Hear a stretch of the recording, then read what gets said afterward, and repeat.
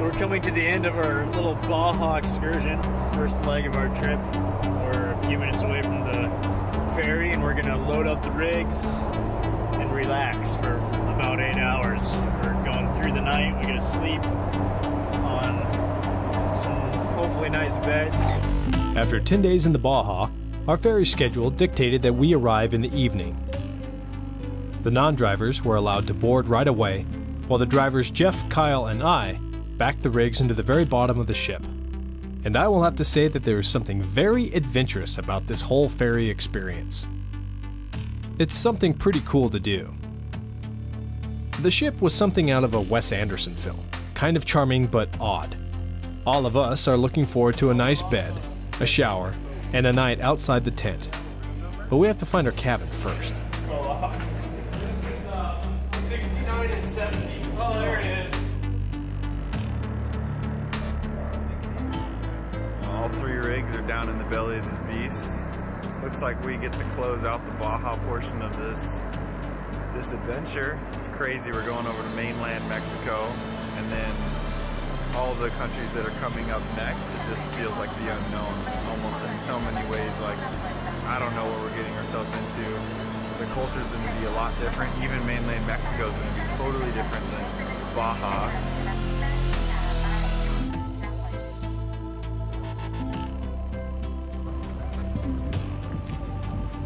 We're still early at 7:50 in the morning, 7:45.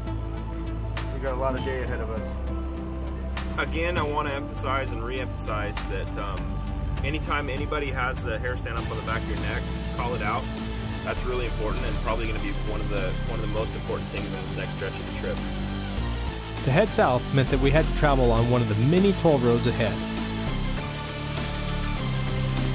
There's definitely a shift in the feeling to mainland Mexico. It has a different vibe. The roads are more structured, military checkpoints are frequent, and the overall atmosphere is heavier. We fuel our trucks at night if possible before making camp, and this stop was a bit interesting. This one's laughing at me because she hit my butt. No. Yes, see? Bro. She got a little frisky with me. Just out of nowhere, she came up. Little smack. Yeah, playful around here. Yeah, got a little playful. Must be the rain. Yeah. So as we've been fueling here, we had a local come up and like adamantly roll down the window, come here, talk to me, and give us some intel on some drug activity that's happening in a state that's about 5 hours from here. And he was just adamant in saying, hey, do not go here. There's drug war happening here, but it's just confirmation to have locals come in and want to help you and say, hey, don't go into these areas. There's harm there. And you'll find that as you travel around the world, that these people will come out of the woodworks like that do want to help you, and that the world is generally a good place with good people. You just got to be smart about it and listen to good advice when it comes. The rain was incredible. The Incredible Hulk. It's a welcome feeling to need your jacket after so many days of heat. It's just that good. As we set up camp and pay for the site, Ty and Toby mingle with some locals and score a great opportunity. He asked us, what are you guys doing? So I told Phil them in. He's like, I think I've heard of you guys. He said, come on down. We're having a family reunion. We're having carne asada. Come on down. I was like, oh, you guys are sweet. Thank you. We're going to eat you guys out of house and home. I will go eat that right now. I will go eat your family dinner. Come to find out, they had some pretty interesting history too. O'Connor. They are Spanish O'Connors, and they are Irish. This area was settled by the Irish, unless they're like completely filling me full of like a giant joke. He said so they choose their family union somewhere along this area, like San Blas along this coast, because it was settled by the Irish. We have family that comes from other parts of Mexico. The reunion was full of life, and the O'Connors took us in like family. The grill was the rim of an old Toyota truck, and they told us it's very reliable and never breaks down. Your carne asada, and then you put a little bit of salsa. Light salsa. Not salsa, light salsa. Yeah, this one. Gringo. Okay, and go ahead. enjoy your burrito. All right. Okay? Yeah. We need some. Yeah. Thank you. Oh my gosh. It's an honor to come and be a part of it.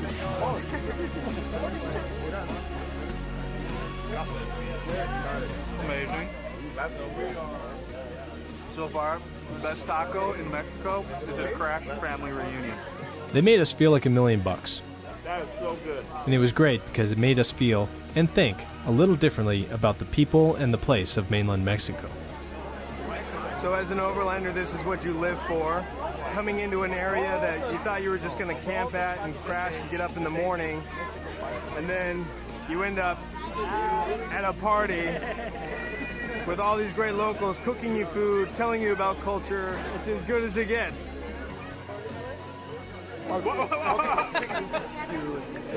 Yeah. I got it. Yeah. And tomorrow morning we will go by to. Yeah, come sit. Yeah. Okay. Please Some do. topics. Good morning. Buenos dias. What is it called? The Forerunners.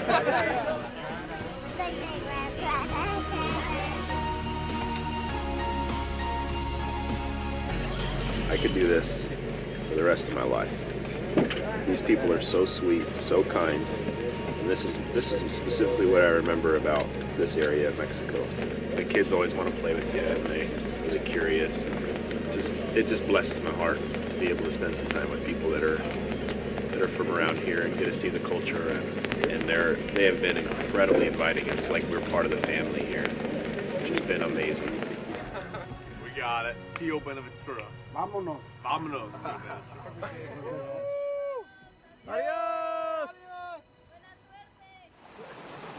We made some time to hang around and took a walk down to the local market. Man,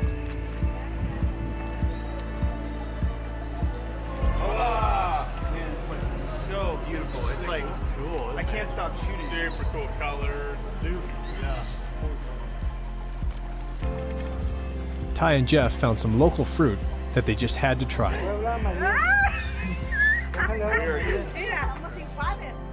I've never tasted it. And they told us. See, we have a couple other guys with us that have tasted it, and they said you need to go get one. But we got told by some other people that are staying at Paradiso to come down and grab jackfruit. Scott and I were introduced to jackfruit in Uganda, and we had no idea that you could get it here in central Mexico. Very good. Oh, you have them right here? Oh, good. How long does it take for that to grow? Like 3 months. We can open that one at camp. Now that I watched you do it, we can open that one. Oh yeah? Yeah. The O'Connor said that eating the jackfruit is like taking 10 Viagra. So, we may save this till the very end of our trip. There are two things to note about jackfruit. One, it is incredibly sticky, and one should put olive oil all over your hands and utensils before trying to cut it open. Tangerine, a mango, Apricot? or apricot, a pear, apricot. Yeah, but none of those are an aphrodisiac. So. Jackfruit. And two, it has a very strong smell, and after 2 days in the fridge, you will regret taking it with you. Trust us on that one. It's noon. We've been hanging out here for quite a while just because it's so nice. But it's now time to move on. We've got to make it to Guadalajara tonight. We're probably going to camp up in a hotel for security reasons, and we're just going to be busting across the lower part of Mexico for the next couple days. We've also been warned about quite a bit of drug activity and drug war stuff happening in this area as well, so there is really just no reason for us to spend a lot of time down here. So it's a 4-hour push today, and then a big push tomorrow to get over to the Yucatan. The areas we have to travel through are relatively safe on the main road system. It's when you get into the more rural areas of the states of Zacatecas, Michoacan, Guerrero, and Oaxaca. We made it across this region in 2 hard days of travel. And take the U.S. travel warnings with a grain of salt. If you follow them to the letter, you will never leave your driveway. Finally, we rolled into the Palenque area, and that night, after falling asleep, the jungle became haunted with one of the scariest sounds any of us have ever heard.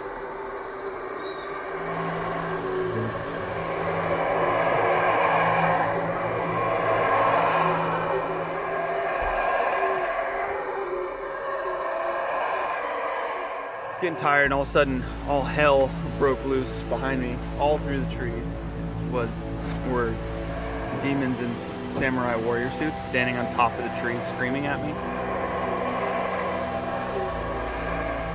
And all the guys were completely snored out, sleeping. Tried to wake up Ty and Kurt, and they wouldn't wake up. So I'm like, I'm not the only person hearing this. So finally wake up Kurt. Oh, those are just howler monkeys. I had never heard a howler monkey. It's not a howl, it's a snarl, a hellish snarl. And so I had a really hard time going to sleep last night because these things were going nuts. With an early start, we loaded up to head into the Palenque ruin site. The Mayan ruins that you have in your mind of Indiana Jones and all that stuff, they're kind of, unless you know someone who knows of something way deep and lost in the back jungle, they're not easily found. The Palenque Mayan ruins were occupied as early as 500 BC and thrived between 600 and 700 AD.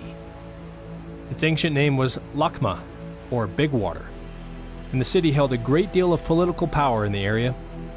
Ancient Mayan rulers would come to this place to discuss matters of the Mayan world, and is the only known Mayan city to ever have women rulers. Being here gave us great context into Mayan history, and now we wanted to go find some other ruins that most people never see, so we hooked up with a native guide to get us into the good stuff. He took us into some steep and thick jungle. The heat was intense, and the humidity pegged to 100%. Slightly more Not so humid. much the heat, but the gosh darn humidity. Sitting here just sweating. Feels good, you know? I feel like I'm glowing. Even our guide acknowledged the heat, which made all of us gringos feel a little better. He told us how the ruins have lasted for so long. It comes down to the plaster that they used on the outside of the walls. To boil 1 ton of this limestone, the Maya used to use between 5 or 6 tons of firewood. So this place, only Palenque place, it's 20 square kilometers. This is a huge city. It was a huge city. So could you imagine how many trees was cut to build all this city? It's a common theory that the Mayans overforested the area, and that's what ultimately caused the fall of the empire. Channeling our inner Indiana Jones, we stepped up into the dark halls of the ruin. This was about to separate the men from the boys. The cave was full of humongous, lethal spiders. Look at that thing. Look at that thing. He's dead. Yeah, no, he's not. Take a look at the other one over here. Stop it. There's another one. The spider, it's... Ooh, that's a big spider. Dr. Jones. Sounds like we're stepping on fortune cookies. We're not like on a normal tour at all, where people go. We're friggin' in a Mayan ruin, way up in the mountaens, with that huge spider right there. Soon the biggest spider any of us had ever seen shook the rest of us out of the Temple of Doom. Hurry, go back.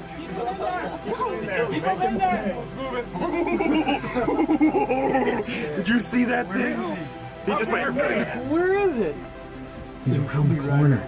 Jeff decided he needed to kill it, and we all thought it was a good idea, and told him that we would wait outside. Ty gave Jeff moral support, and Scott filmed with nerves of steel. We came in here thinking we only had one live spider, and there's two. One up on that ledge where my light is, and there's one around the corner. Oh my god. Okay, we gotta Outside, calm down. we listened anxiously to the kill squad within. I'm so scared right now. Oh, he's just moving around. Scoob! Oh, Jesus. Oh, help me, Jesus. Oh, Jesus. I all of a sudden don't feel good about this. Goober. I need a bigger knife. Ready? Did you do it? Stand up.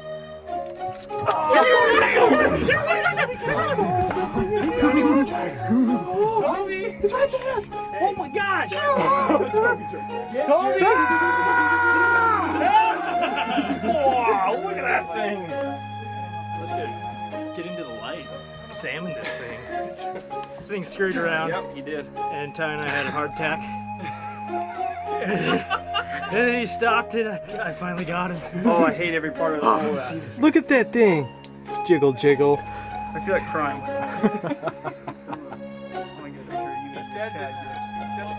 I'm really glad to be leaving. This is nice. We had had enough spiders for one day. So we hiked the couple kilometers back to the trucks to find somewhere to cool off.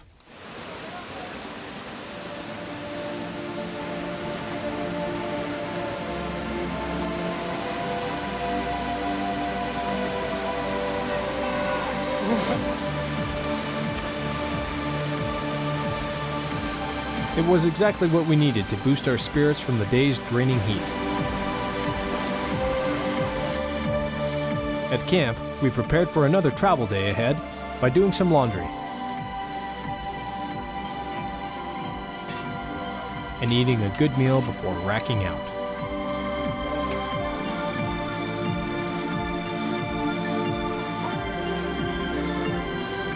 The next morning on our way out, we came across some hitchhikers. We just passed these hitchhikers that we saw yesterday at the falls. They just happened to be two really cute girls, and I'm a single guy, so you know, why not pick them up? So we've got room in Apollo here. I'm gonna jump in the back seat, and This is something we've been working on. Back seat middle. Something we've been working on this whole trip. they've been working on Are you that. gonna sit middle in the back? Backseat, Why? feet on the hub. Why would I not? You know? Why would I not? This is cute. I like A this. few miles up the road, the French maidens were found again. Yeah, we can throw. You can throw your bags over the back of your shoulders there, guys. All right.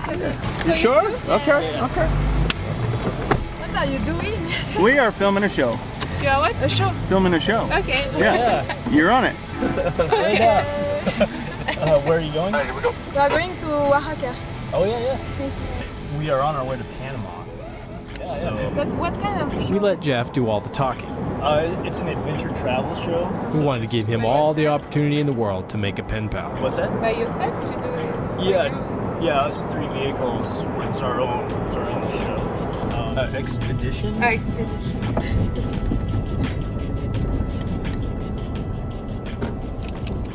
Yeah, we live up in the mountains, kind of. It's a very beautiful area. We are from France. So you're hitchhiking all through Mexico? For the moment, almost, yeah. You don't have return tickets. Awesome. Yeah. 7, 8 months, Yeah. maybe 1 year, maybe never come back. Just gotta find a husband. I don't think so. Oh, no? Husband, no. No, okay. Me being in the other car, thought that maybe he could use some help. Joined us for this short period of the expedition. I'd like to thank you for driving with us. We only ask that a small payment be made by providing a small peck on the cheek of Jeff. One on the left and one on the right. And this will provide us with adequate payment for your ride today. And thank you for flying with Expedition Overland in Apollo today. Enjoy your trip. Thank you, you too. I don't know what you said, but thank you. Payment being lost in translation, Jeff was going to have to settle for a picture. Perfect one right there. Then, as quickly as they entered Jeff's life, Nailed it. Thank you. they were gone. Look us up online. And then she walked out of his life forever. Don't get hit by a car. Maybe they know each other. In a small state of dismay, we headed west to find another campsite as we make our way toward We just Belize. got into Chacomol, and it was more touristy than we were hoping for. And as we talked to the guys at the gate, I had Kurt run up and chat with them, and they're like, yeah, there's some cool ruins up here, not too far. We'll just take you up there and show you the road to get into them, and you can camp up there at the base of the ruins. So we're just following this guy, happy as can be to show us, and we'll see where this one leads. This might be exactly what we're looking for.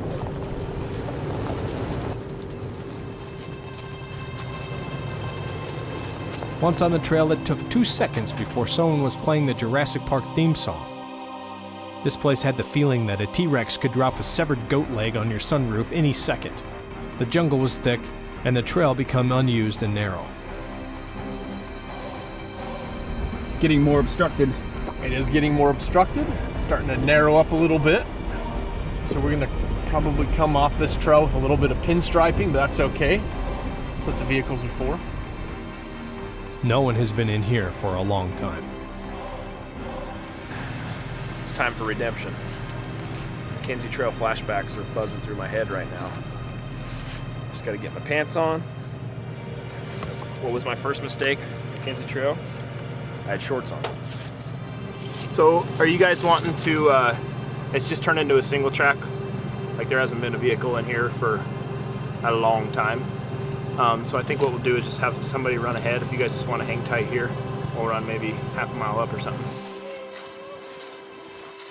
We're gonna do some winching. We've got some downfall trees in the road ahead, probably a little more than we're gonna handle with our saws. So we're simply gonna set up a winch point over in the trees off to our left here. Use the snatch block to redirect the winch pole, grab it from the far right corner, and slide them out of our way and get moving up the trail.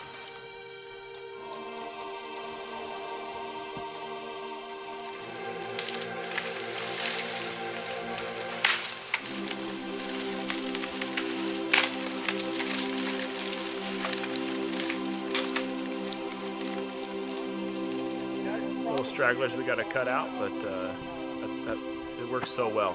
Set up a snatch block off a tree, off somewhere else. Obviously we have hundreds of trees on the side of the road to utilize, which is really nice because sometimes you're really looking for a snatch block and you don't have it. So we're able to utilize that. And I think we're gonna have to do it up here as well. The day was getting hot, really hot. 102 degrees reads on the Tacoma's thermometer, but the work was worth it to be reaching for what seemed like a hidden treasure deep in the jungle. In some ways, this trail was similar to our time on the Mackenzie Trail in British Columbia, but the heat and humidity definitely makes this trail a different challenge. We were going through gallons of water clearing the trail. But the effort was worth it as we started to see signs of ruins. And that hill right there is a temple. This is not an everyday occurrence. It's pretty awesome. That mound of trees is an old ruin, and we're gonna go climb to the top. We located the temple stairs, which had almost completely been overtaken by the jungle, and we climbed our way to its top. You can see miles and miles around you to the horizon. This is all, this is kind of rolling hills through all here, but it's pretty flat otherwise. So what a great vantage point for civilization to look out, look at their land, and be able to keep watch on things amongst, all of their other religious stuff they did here. But what an amazing day. Hard work found us great reward.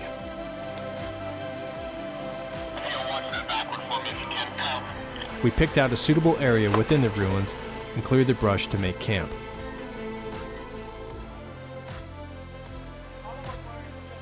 This place was straight out of fairy tales. We sat together, lost in the romance of adventure. This place and all its mystery provided a momentary cure to wanderlust. I just need to keep in mind is that adventure will happen. We just have to let it.